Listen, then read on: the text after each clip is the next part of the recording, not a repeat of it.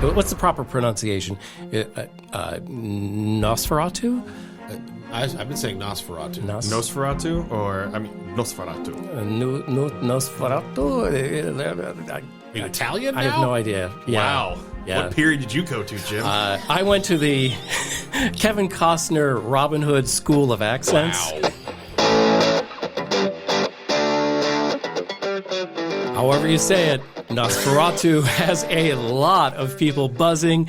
The art house treatment of the classic vampire story has gotten a lot of attention, and people are very excited, rightfully so, in my opinion, because they brought the art house to the classic.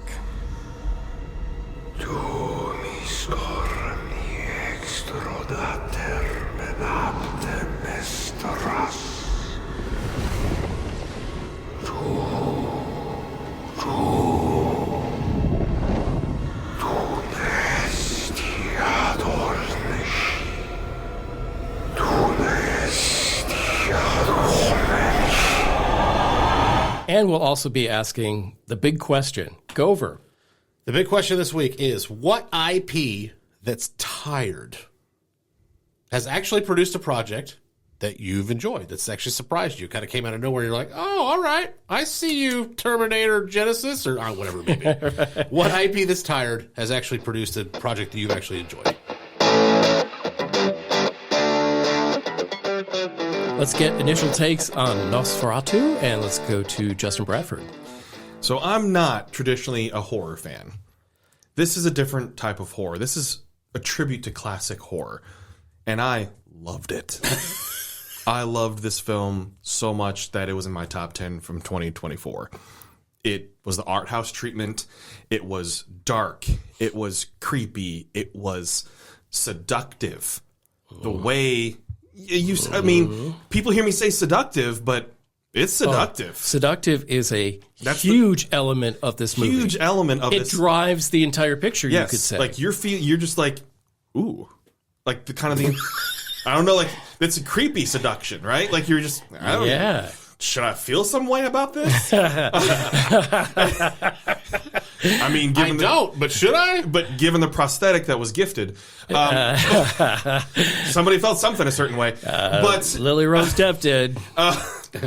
I enjoy this film so much because of the use of color, the production design, the sound editing, the way Bill Skarsgård just committed to the voice. Did you know that that's his voice? There's no, like, they didn't change it up.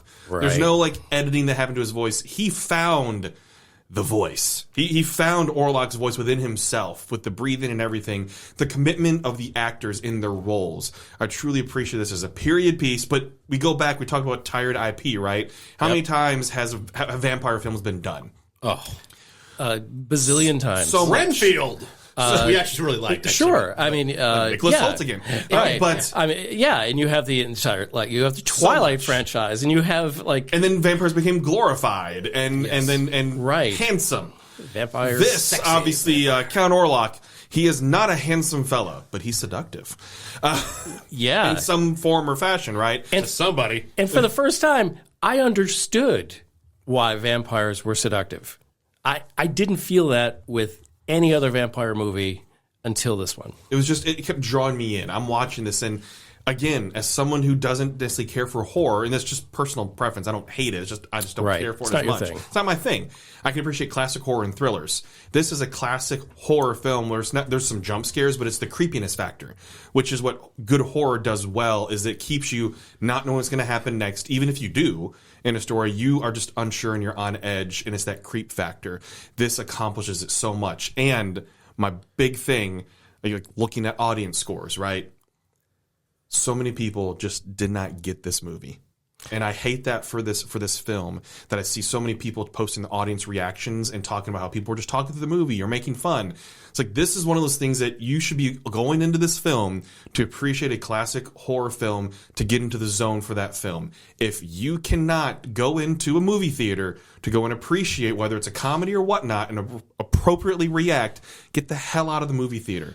Sit your ass at home and enjoy it there. People go to the movies and they pay good money to experience a film like this.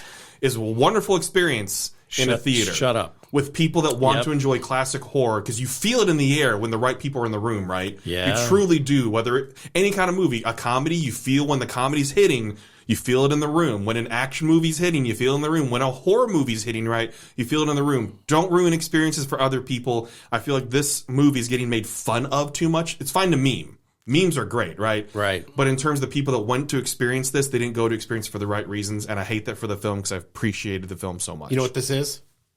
This is a pop song, or excuse me, a pop artist versus a rock band. Here's what I mean by that. Okay. When you have all these pop artists that come out, right, and they're not playing their own music, they're just kind of singing on a stage. Maybe they dance, maybe they don't, whatever it is. But their popularity is in the production value and maybe their vocal quality and they're sexy or whatever the case is. They're a pop star, okay? Which is fine, which is great. Oh no, it is fine. But I'm saying the masses, hence the word pop for popular, the masses flock to Dua Lipa or whatever. I'm just throwing out an artist that's kind of relatively recent. Okay, so Dua Lipa. Those same people are not going to go to a Bruce Springsteen concert and get their minds blown by all the instruments on stage in unison playing through deep cuts for 2.5 hours. They're not doing it. It's great music, but they'd probably be like, this is dumb. Let's go get a beer. This isn't what I came for. This is not what I expected music. Like, that's what music is. No, but my interpretation of music is on the radio. It's Dua Lipa. It's Bruno Mars. No, I know. That's what I'm saying. I know. It's not. Just making sure. Right. So that's my interpretation of music. That's what this is. Sure. You have horror fans who are like, oh, they're going to pay homage to this big classical horror movie that I've never seen. I like The Ring. And I like House on Haunted Hill. And I like the Scream franchise. And I like all the Blumhouse movies. The Blumhouse movie. And Five Nights at Freddy's. All these. Megan. Like, they are conditioned to think that's what a horror movie is. Yeah. They came expecting that, and they didn't get it. And they didn't get it. This is art horror. That's exactly what it is. So, so this movie is Bruce Springsteen. Those movies are Britney Spears, blah, blah, blah, blah, blah. Again, nothing wrong with those. Right. But that's what you're conditioned to see. And you go to this other thing that's kind of a little more depth, and you just don't get it. That's what happened. How'd they miss that? That's what happened. No, it's just different strokes for different folks. They think they know something. I love music. I'm going to go see this concert. And then they go to the concert, and they're like, Grateful Dead? I don't recognize any of these songs. But then, shut your mouth. No, or leave. Right, no. That part's true. That part's true. Absolutely. Okay, that message is clear. But I like the analogy. But yes, it is a correct analogy, and I think for horror, there are so many forms of it. Like, there are people that just I want to see gore. Yeah. I want to see jump scares. I want to, and for some of us, we want to see film. Yes. Once in a while, we want to see something get what it rightfully deserves, and that's what we got when Robert Eggers took on Nosferatu, because he wrote it and directed it. And one of the things that I absolutely thought was amazing was I've read, the Anne Rice novels. I mean, I'm not big into vampires, but I've been in it plenty. For the first time, I understood why vampires were doing what they're doing, why the people around them react that way. The first third of this movie is almost like a shot for shot of the original black and white film, right? But from that point on, it's everything from his mind, and he connected dots for me. It all made sense in something that is completely made up, unless you believe that there are real vampires. So I mean, it made sense. The things that characters did, the things that, Count Orlok did, all clicked. Like, oh yeah, of course he would have the real estate broker in another city take care of all these things and drive him mad from afar. Like, there were so many things that I just thought, thank you, Robert Eggers. And then the underlying stories of Aaron Taylor Johnson's character, Frederick, and the way he responds to his wife and daughters. And then you have what happens in the crypt with Frederick and his late wife. And it just explains these characters and what's going on in the period as well, too. And how I liked that sub-story so much because it was so dark and demented of what took place with those two, with that character, Frederick, and how he was not actually rich. He inherited everything. He didn't have anything to think for himself, and he thought of people as like property and everything too. It was a deep character, and like it was a great supporting role. Yeah. Speaking of supporting role, if you don't know, we vote in the Music City Film Critics Association at the end of the year, every year. We have a ballot, right, for all the different categories and awards and all those things. And there's always 3. We get first place, second place, third place, except for Best Picture, which is 5. Okay. Bill Skarsgård sat atop in this really tough year, right? He sat atop number 1, my ballot for Best Supporting Actor, because think about it. If that voice is any lesser of a voice, the entire movie changes. It's not as dramatic.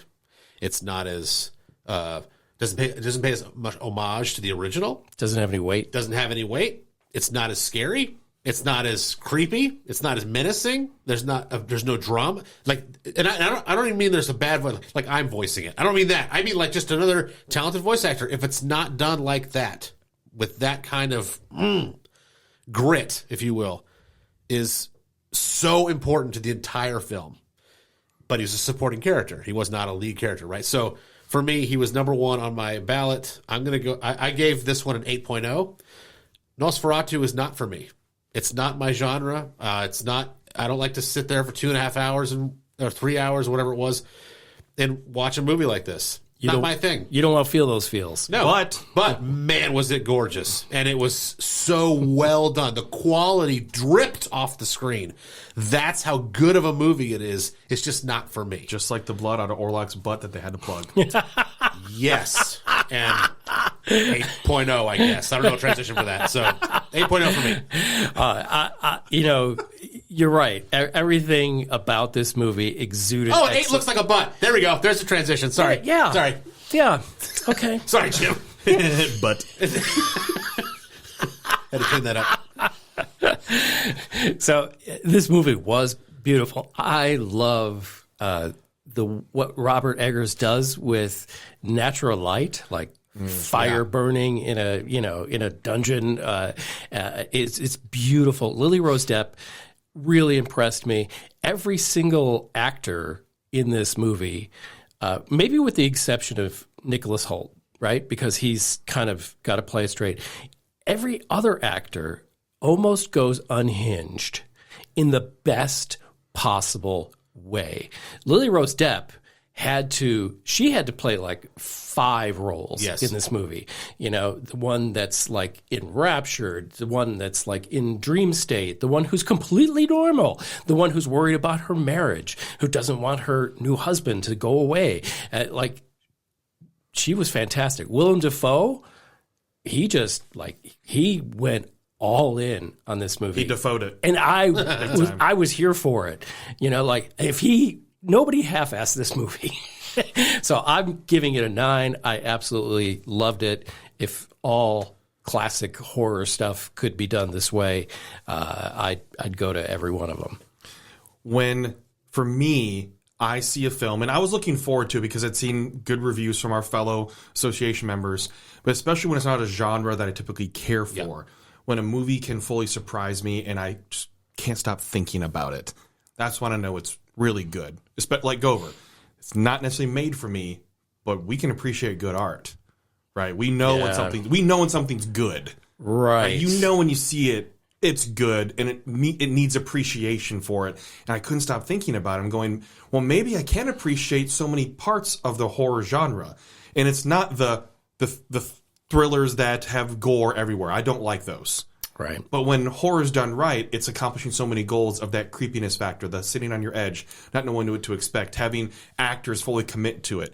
That's, to me, good horror. So I think more of the classic horror like that is best for me, and not just slasher films. Right? That's what I appreciate about the horror genre, because like you said, Jim, there's subcategories in horror. Like there are in most genres, right? There's so many subcategories within it. I know that if there's horror that I can appreciate, it's this kind. When art is put into it and you can see that appreciation for the genre. There's true appreciation for horror in Nosferatu. I appreciate it so much. 8.5 for me. Very good.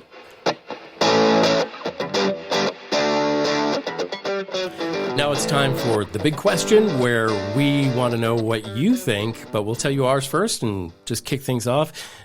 Go over. Tell them what we're talking about. All right, we want to hear your answer on social media. So whatever your preferred social media platform is, whether it's Facebook, Twitter, not X, Blue Sky, Instagram, whatever it may be, YouTube. And YouTube comments, especially if you're watching on YouTube, right down below is the comment section. It's right there for you. Let us know. What IP that's tired, you would consider tired, has produced a project that surprised you? But they actually a good project. So I gave it earlier, so just hopefully to not spoil anybody's. Maybe it is yours. That's fine. And this is not my answer. But the Terminator series. God damn it. The Terminator series is tired, right? The first one's a classic. Second one is, some argue, better than the first. Really? And all that. But I really liked, no one else did, Terminator Genesis. I'm in the minority. That's fine. But that movie surprised me. I thought, it's going to be just a run-of-the-mill, average action movie, blah, blah, blah. But I actually really enjoyed it. So, again, not my answer, but that's just an example. What IP is tired? Kind of breathe some life into it. Yeah, it's like, okay, these may be worth going to see still. So, what IP that's tired would you that actually produced something that you enjoyed? Let's go Jim. Jim first on this one. I kind of went, instead of like a specific intellectual property, I kind of went with a genre that I thought, like, okay, we're never going to see any of those kind of movies again. Oh, okay. So in the early 2000s, when Disney decided to do a pirate movie, I was like, this is going to be, this is interesting and fun. Pirates of the Caribbean, the first one. Yeah, the first one. Not the 30 after them that came. Speaking of tired. Yeah, right? Then they did the same thing to themselves, right? Self-inflicted. To me, that's, again, kind of like you had alluded to before, both of you guys, about a genre that does not excite you. It's not something that's going to draw you in. And then to have then breathe new life into a pirate movie, amazing accomplishment. Everybody loved it. Yeah. So to me, that like raised the game. Again, we'll probably have to wait another 20 years for somebody else to breathe new life into it, because none of us want to see another pirate movie. That's right. Rapper. So it's funny that Jim mentioned pirates, because mine kind of is similar to pirates. Oh, wow. And it's very, very recent. Like extremely, extremely recent. There's a lot of people, not necessarily me, but a lot of people that think Star Wars is tired. That they've done too much. For sure. Right? So I'm taking it based on what a lot of people think, not necessarily me. Yeah. Yep. Skeleton Crew. I can listen to this. Breathe new life into the Star Wars franchise for multiple reasons. One, you have extreme nostalgia being touched on here. That there's the pirate feel. Even the music, it's like space pirate feel with how they've adjusted the Star Wars scores. Michael Giacchino has adjusted that so much to where you get a pirate feel in the way that it feels like Pirates of the Caribbean. You have the Goonies aspect of these things. It's young kids on an adventure. But the biggest part to me is the way it's written and performed as a series is that we all have heard the rant that Freddie Prinze Jr.'s had about Star Wars. It's made for kids. It's originally made for kids and kids at heart, right? It's supposed to be easy to understand. It's supposed to be fun and adventure and an introduction to fantasy and to adventure for children, right? This does that. It rehashes. It goes back to the roots of what Star Wars is supposed to be. And it's supposed to be fun. Star Wars is supposed to be Thank you fun. for saying that. And I've loved the other things that are serious too. Like, because as an adult, I do want to dive into the lore. But how do you introduce Star Wars to a new audience of young people? You bring it to them at their level. Fun and chemistry. And Goonies. That's why what is Goonies such a huge hit? Is because people that are going through puberty and going through their coming of age in life are seeing themselves on screen. And you connect with that. And you're like, man, I see that character. I'm that character. I'm that character. Because you had all these different personalities on screen and you could just connect to them.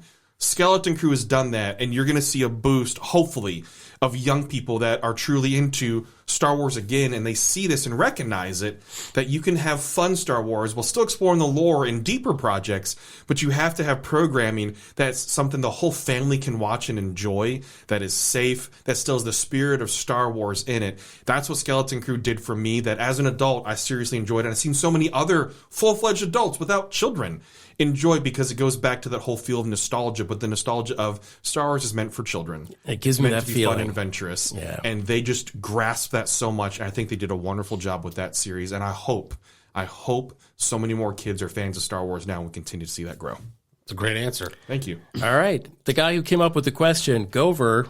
So the Transformers franchise is super tired because the first movie is awesome. It is the definition of a summer blockbuster. Grab your popcorn, have a great time. CGI looks real. The characters are fun to be around. There's some heart in it with Bumblebee getting tortured. And Megan Fox was hot. Well, okay. Sure. It's awesome. That sold it. It's awesome. Yep, okay. sure Transformers 1 is incredible. It holds up, even, by the way, for the most part. But then the 17 other films that came after it are just trash after another. That's an accurate number, too. There's little things in maybe each one that's like, that's kind of cool. Bumblebee is awesome. Yeah. But I would say the true one that brought me back to the franchise that I thought, okay, maybe this isn't a complete waste of time is Transformers 1. Oh. Last year, I remember going, we were going to do an episode on it. I remember going, and I was like, this is going to be such a pile of dog crap. Because not only is it, again, a tired franchise, but now they've animated it. It's like, so now a cheap way to get it in front of people. And it was awesome. I think I gave it an 8, which I can't even believe I even got. It was that good. So, yeah, Transformers 1 is my answer because the rest of the franchise, for the most part, again, sans Bumblebee, it's just horrible. And then for them to put this out, go a little bit left to center with some animation, I was like, concerts, now we're talking. Now you have my attention for another couple of years till you ruin it again. So what do you think? What was the movie that made you say, there's new life in this character, this property, this character, whatever it is, let us know in the comments and on social media. Definitely. We would love to hear them. And tell us how we're wrong. That's more fun, actually.